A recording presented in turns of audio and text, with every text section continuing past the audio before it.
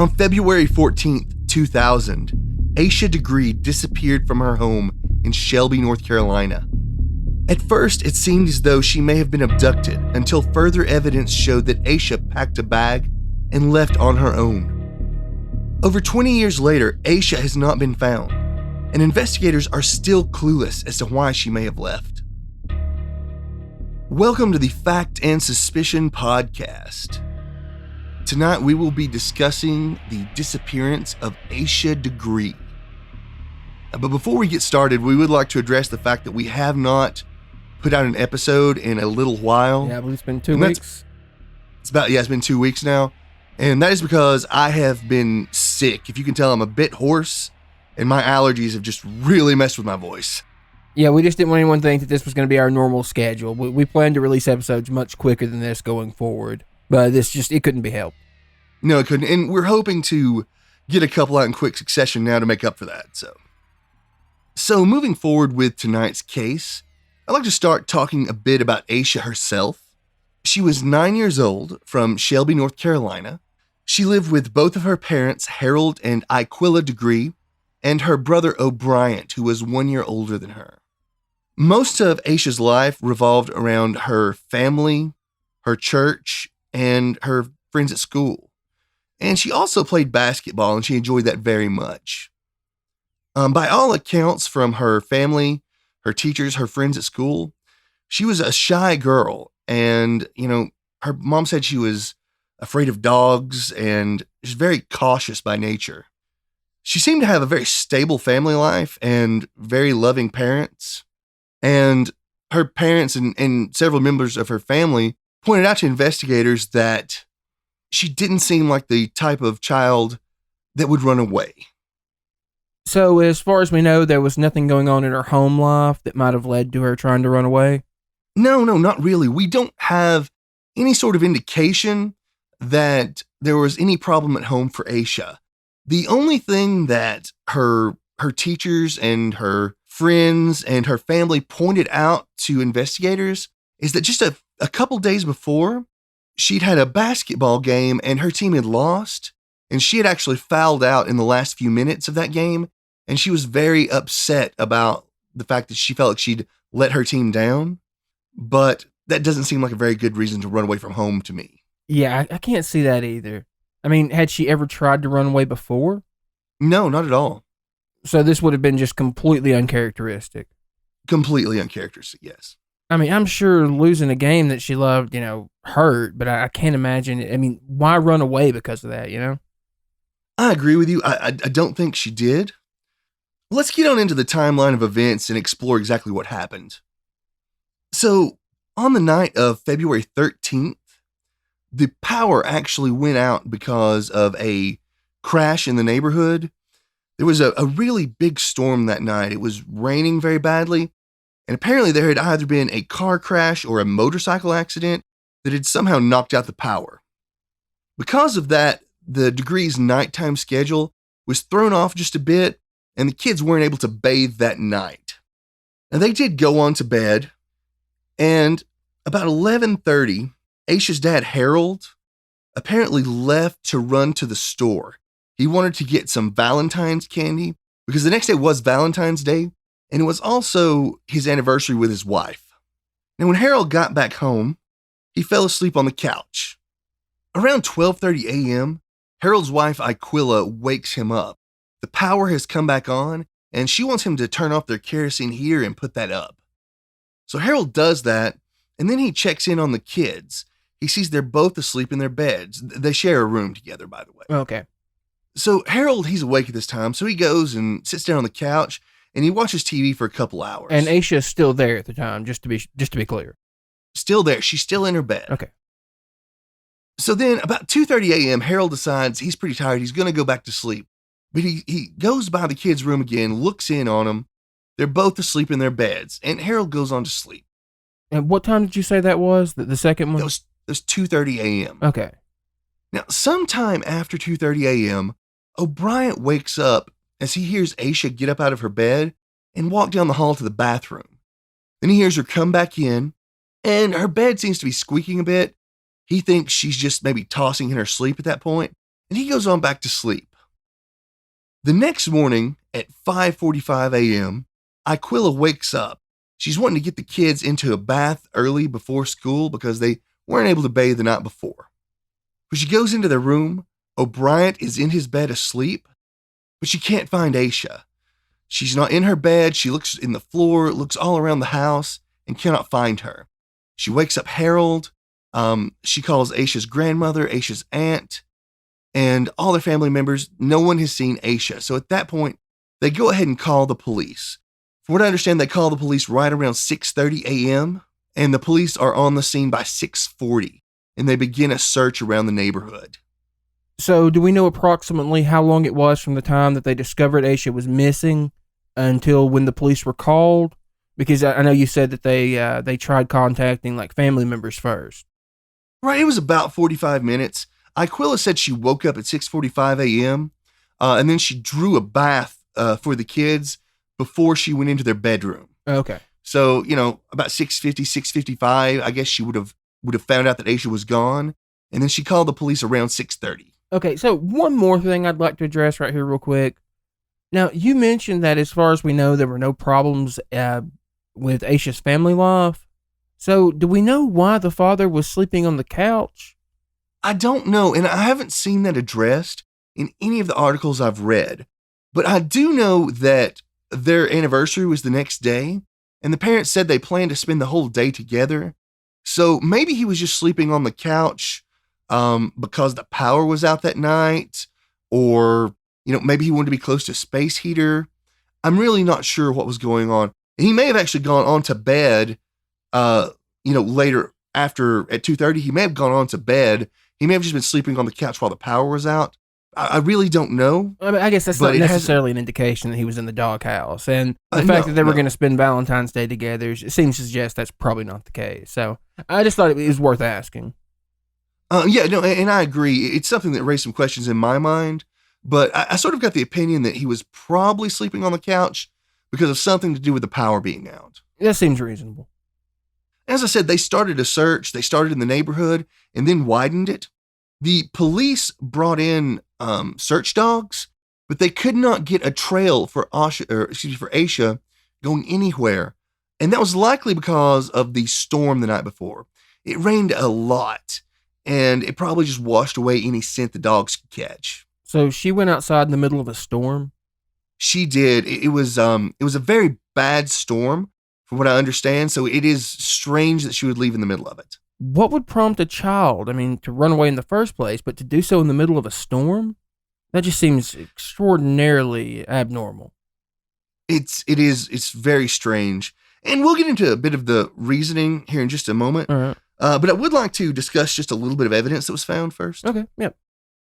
Now, as I said, they started a search, and this was on the news that this girl had gone missing. So when people started hear about Asha being missing, 2 motorists reported to police that they had seen someone walking along Highway 18 the night before that matched Asha's description. One motorist says that he saw her around 3:30 a.m., and the other says he saw her about 4:15. And one of these motorists actually made a U-turn and circled back around to see if he could help her out. And when he pulled up next to her, rolled down his window, he seemed to scare her really badly, and she ran off the road down into the woods, and he couldn't find her after that. Okay. Well, I don't think he tried to chase her, but he didn't see her. Right. Okay. So, quick question. So, only one of the random adults who passed by decided to try to help the small child wandering around in the middle of the night in a storm? That's true, but to be fair, it was nighttime. It was raining very badly. They may not have realized this was a child. This could have just been a short person or something like that, if that makes sense. Yeah, I guess visibility would have been bad. It was a storm after all and night. So, yeah, I guess that makes sense. I think they didn't really put together till the next day that this could have been a small child when they heard it on the news. Yeah, okay, that makes more sense. Now, as these searches are going on, the police are also investigating the house, and they're able to determine that there was no forced entry or exit from the house. So it seems very unlikely that someone abducted Asha. Also, as Aisha's mother is looking around her room, she notices that several of Aisha's belongings are missing, including her backpack. Also, some of Aisha's clothes are missing, her purse, and her house keys. And this really seems to suggest that Aisha packed her own bag and left of her own accord. Right. I mean, without forced entry. I mean, I guess that seems to preclude abduction. But again, why would a small child just decide to leave? I mean, that seems almost impossible. I completely agree. I mean, is there any suggestion that she was, I don't know, that maybe some predator had lured her out? I think that's a strong possibility myself, though there are a lot of people that seem to disagree with that. They disagree on the grounds that, well, as I said earlier, Aisha's life was pretty insulated. She wasn't around a lot of people outside of her family and her church and the people she knew at school. Now, a lot of people felt like that sort of meant that she didn't have the opportunity to meet anyone that could have been grooming her. But that's a pretty big as you and I assumption know, there. yeah, as you and I know from the cases we've covered, just because someone is a family member or a church member or even a teacher at school, it doesn't mean they're not a predator. No, of course not. And it could mean that the child would be more inclined to trust them. Exactly. Now, I'm not going to say that someone was necessarily grooming Aisha and lured her out like that, but I think it's a strong possibility. There is another theory that something happened with her family that night that upset her. I don't know that that's the case, but I suppose it's a possibility. Maybe her family yelled at her, or maybe someone hit her or something like that, and it upset her and she decided she needed to leave. But it just seems strange to me either way that she'd leave in the middle of a storm. Yeah, I mean, and surely the police looked at the family pretty closely. They did, and I'm not saying that something couldn't have happened at home that upset her and made her want to leave, but I don't think the family, killed Aisha or anything like that, because she was seen walking down the road alone. Yeah, at least two eyewitnesses saw her, so yeah. Right, and then we have some evidence later that suggests that she was out there on her own, and we'll get into that in just a moment. Okay. But as I said, I just don't think that the family was involved in this, or at least not her immediate directly. family at home. Okay. Right. The search teams weren't able to turn up any trace of Aisha on the 14th. However, on the next day, they approached a couple that lived along Highway 18, where Aisha was seen walking, and they asked them to search a shed back behind their house. And they did find some items that are believed to belong to Aisha. They found some candy wrappers that matched the same type of candy that Aisha had received in a goodie bag at her basketball game a couple days before. And they also found a pencil, a green marker, and a Mickey Mouse hair bow that were identified as belonging to Aisha. So, do investigators think that she was like taking shelter from the storm or something? Is that why she was there? That makes a lot of sense. That's what they expect, because it was pouring rain, and she probably would have wanted to get out of that. And how far away was this from Aisha's home? Like, how far would she have had to have walked to make it there? Yeah, about a 20-minute walk, so not so far. Okay. Now, they did find one other thing in the shed that was really strange. They found a wallet-sized photo of a young black girl that they initially thought was Aisha, but it wasn't Aisha. And none of Aisha's friends or family could identify the girl in the photo. So, do they think the picture was connected in any way? They think it's definitely possible that Aisha had that picture, but as I said, I don't know if I mentioned, this couple ran a furniture upholstery business, and they kept furniture in that shed.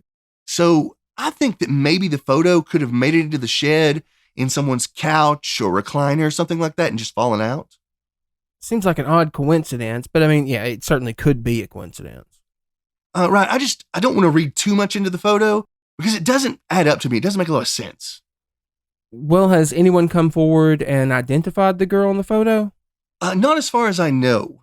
I know that none of her family and none of her friends at school knew who it was.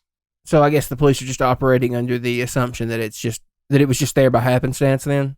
I don't know for sure about that, but as I said, I'm not going to read too much into the photo, but I did want to mention it because it's a bit strange. Yeah, it is. Now, you said it was a wallet-sized photo.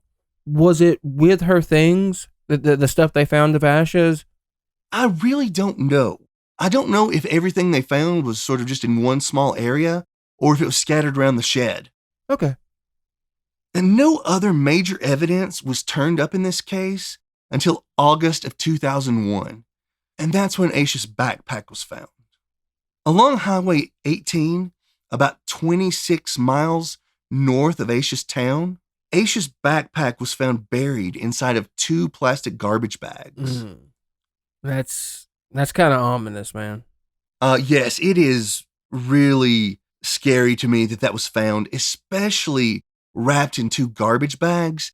That seems like someone was trying to preserve it. I mean, if you wanted to destroy it, it seems like you would just burn it. I mean, what do you think that they wanted someone to find it? That's a possibility.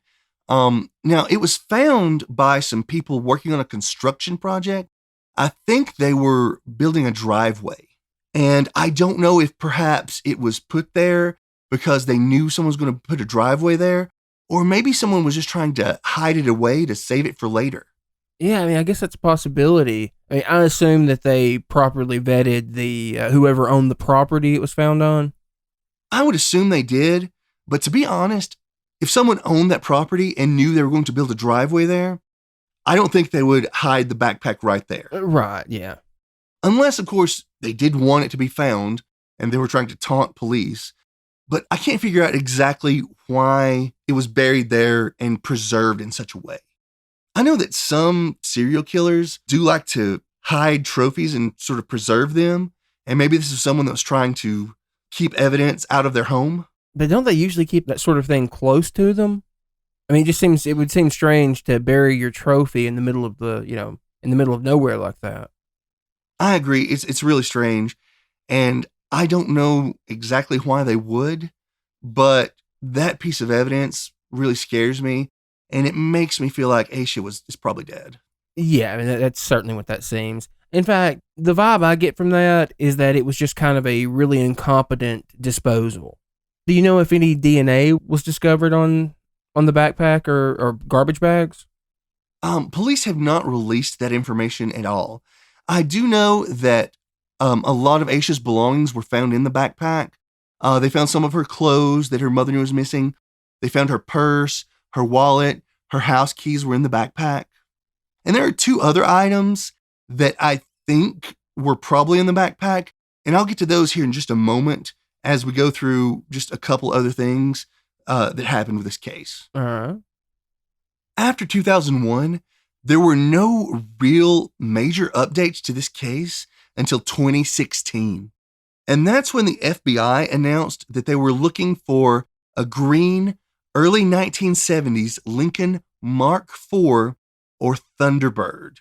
That's pretty specific. Have they explained why they're looking for that? Apparently, a tip indicated that Asha may have been seen getting into that type of vehicle that night. May have been seen? So did the person want to remain anonymous or something? I think perhaps the person that saw it wasn't positive that was Asha they saw. Okay, yeah, that makes sense. Right, but they were looking for that vehicle in connection to the case, and I haven't heard anything that they found that at all. Do we know when the tip came in? Was it close to when she vanished, or was it much later? All we know is that the FBI announced that in 2016. I don't know when the tip came in. Okay. And then in 2018, the Cleveland County Police put out a video, and they were asking about information on 2 pieces of evidence. And that was a Dr. Seuss library book and a New Kids on the Block concert t-shirt. A what now? Did you say New Kids on the Block? I did say New Kids on the Block. Wasn't this 2000? Yes, it was 2000 when she went missing. She was 9 years old. I don't know why she would have been interested in New Kids on the Block. Was anyone interested in New Kids on the Block in 2000? I mean, hadn't the next generation of boy bands kind of taken over by then? Like, was it Backstreet Boys and NSYNC and such? Yeah, I think I know the Backstreet Boys were around. I'm not sure if NSYNC was around yet at that point, but definitely no longer the time of New Kids on the Block. However, they showed a picture of it and it looked like, an old shirt from the 80s. Now, the implication was that these two items were found in the backpack, but I don't know that for sure. And because they're inquiring about these two items, it really makes me wonder if perhaps there was DNA found on those two items.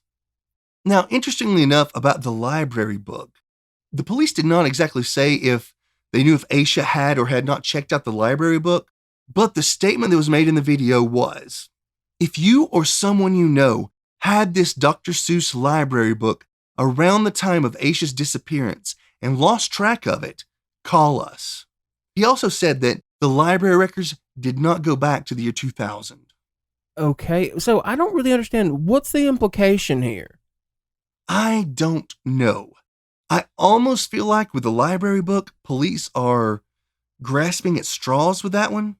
If they say that the library records don't go back that far, it seems that they would not be able to know if Asha had in fact checked that book out herself or not. So is the idea that the book could belong to whoever took her, or whoever maybe she was sneaking out to see? Maybe, but it was a library book from her school, so I don't think an adult predator would necessarily have access to that unless it was someone from the school, or maybe the parent of one of her friends. So one more question. Did Aisha's parents, did they know whether or not she had a New Kids on the Block shirt? Now, they didn't say this in the video, but I did read in a news article that those items were not believed to have been in Aisha's home before her disappearance. However, I've never seen where police expressly stated that. So no, it seems that they did not know about the New Kids on the Block shirt. It'd be nice to know because, I mean, it at least tell us whether she obtained the shirt after she left the home that night. Well, that's true, but I would say there are a lot of ways that a 9-year-old girl could get a hold of something like that. I mean, let's say that one of her friends had the shirt. Maybe it belonged to one of her friend's moms or something from ages ago. And her friend maybe traded it to her for, I don't know, another shirt or a book or something like that. Or maybe she just wore it home from a sleepover one night or something. Yeah, I would think there are any number of ways Aisha could have gotten a hold of that. And her parents wouldn't have necessarily known that she had it. And it doesn't necessarily have to be anything sinister. Though I don't think there's any reason to suspect that she would have liked New Kids on the Block either, though. No. At her age, in the year 2000, they were a long forgotten memory by then.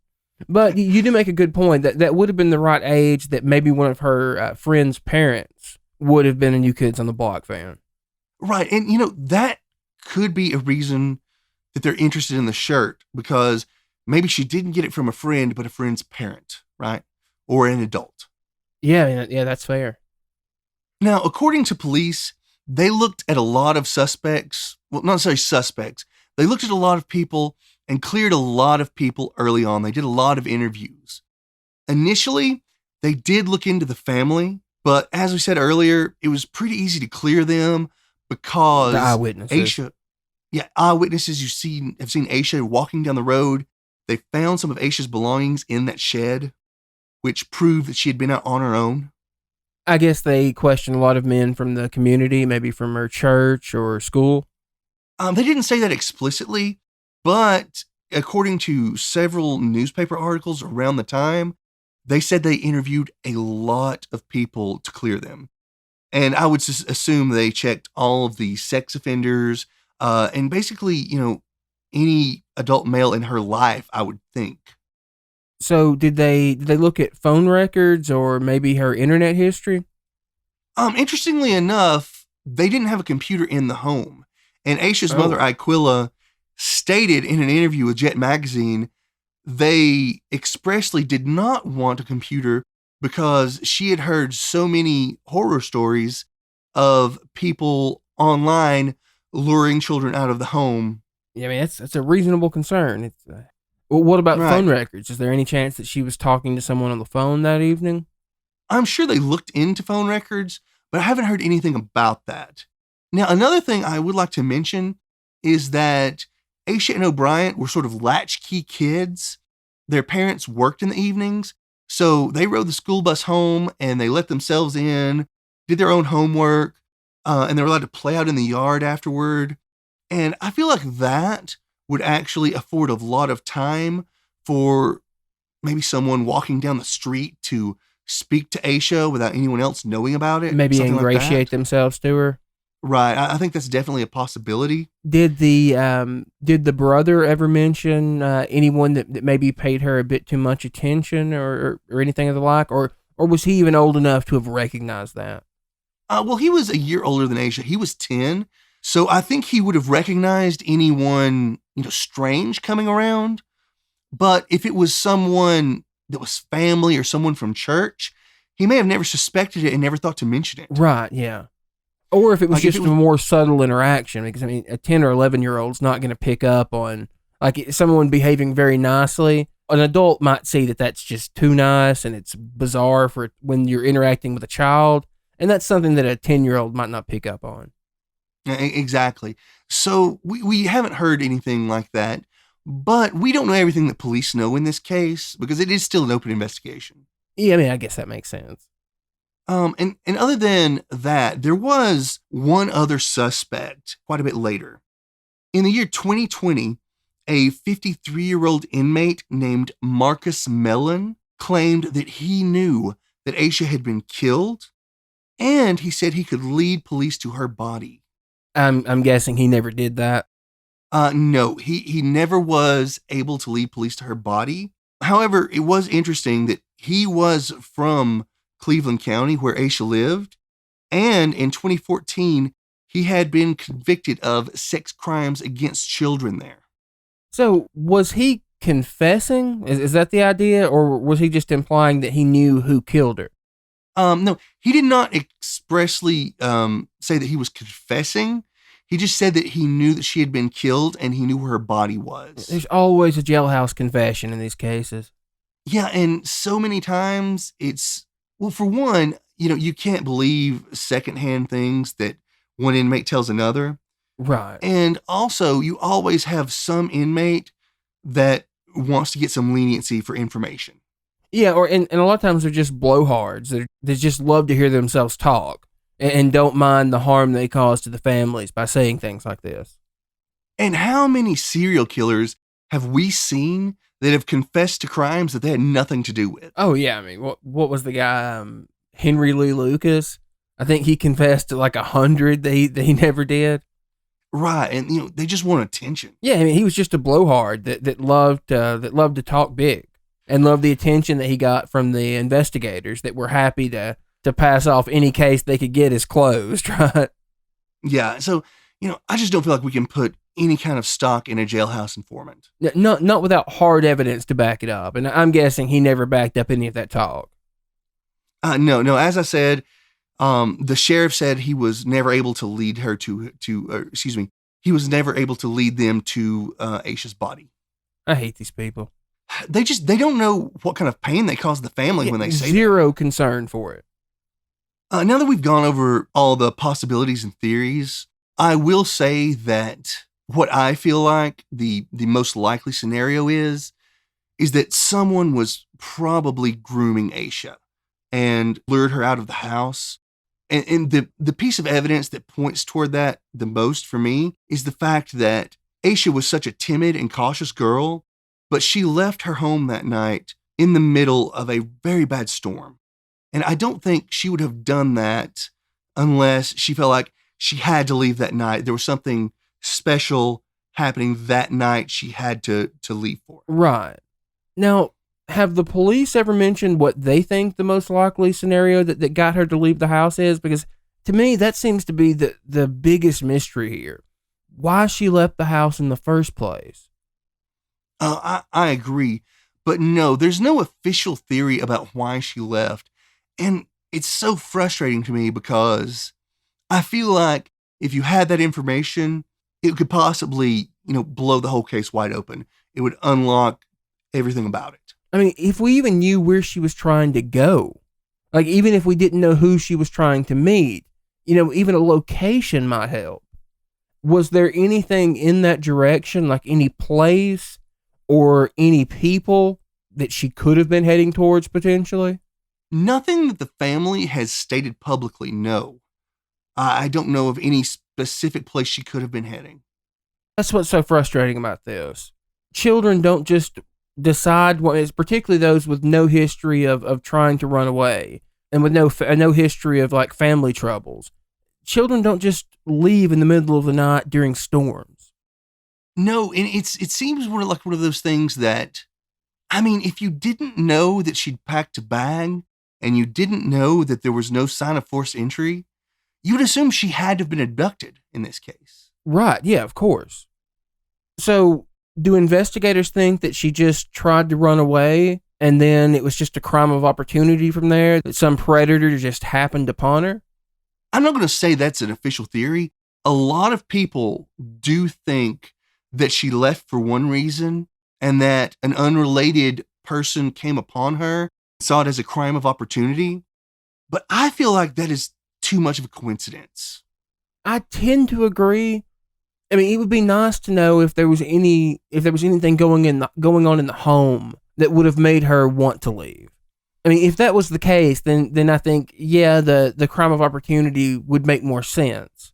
But given that we have no evidence of that, it does seem a bit of a stretch, right? I agree. And I do feel like if there'd been something going on in the home, if the parents were fighting, something that was stressing her out, I think they would have told investigators that, I think we would know about it because this family has spent so much time and effort looking for Asha. I think they would give out any information they need to try to find her. And also, as I said, talking to her friends at school, they have no idea why she would have wanted to leave like that. The only pieces of information that they found that pointed to that were, one, she had lost the basketball game and fouled out a few days before, and she was very upset about that. And there was also the fact that her class in school had just read The Whipping Boy recently, and that's a book about two children that run away and they have some adventures. But I don't think a cautious child like Asha would run away in the middle of a storm. None of that's particularly convincing. I mean, an adventure in the middle of the night in a storm, or because she lost a basketball game or fouled out? No. Also, one other interesting piece of information just involving the basketball game is that, from what I understand, some of the clothing in her backpack, among that was her basketball uniform. Really? Right. So now that's interesting. It's very interesting. And I don't think she would have taken that with her if she was running away because she was upset about the game. And obviously, maybe she thought she was going to be going to her next game before she came back home. I don't know. It's really strange. Yeah, I don't know what to make of that. On the one hand, I guess it could suggest that she had basketball on her mind at the time. But again, I'm having a hard time connecting her leaving in the middle of the night during a storm to a basketball game. I agree. It seems to me there had to be something nefarious in her reason for leaving that night. And I don't mean on her part. Of course, yeah. Someone had to have lured her out or told her to meet them somewhere. I don't know, but I feel like something like that had to have happened. And it almost certainly would have had to have been someone close to her. I mean, without the internet, it seems like it had to be someone local if that were the case. Mm-hmm. It really does. No one else had access to her. I would like to point out, though, that because they were home alone in the evenings, I do feel like that opens up the possibilities about who may have been or may have had some access. It doesn't necessarily have to have been someone, in her close social circle, though I do feel like that's probably more likely. Yeah, I mean, but it still would have at least had to have been someone close in terms of distance. Oh, yeah, you're right. Yeah, exactly. And that's basically the case. It's tragic, and not only because this family lost their child, but even more so because they don't know what happened to her, and they can have no closure. This case is both interesting and perplexing because of the lack of evidence. And in recent years, every piece of information released by authorities has created more confusion than clarity. We can only speculate as to why Asha left that night and what happened to her afterwards. Everyone has a theory, but this is a case that sadly may never be solved. We'd like to thank you for listening to the Fact and Suspicion podcast. We really hope you're enjoying it. If you have any comments for us, or if you'd like to suggest a case you'd like to hear us cover, please contact us either through our email, factandsuspicion@gmail.com, or you can get us on Twitter @andsuspicion.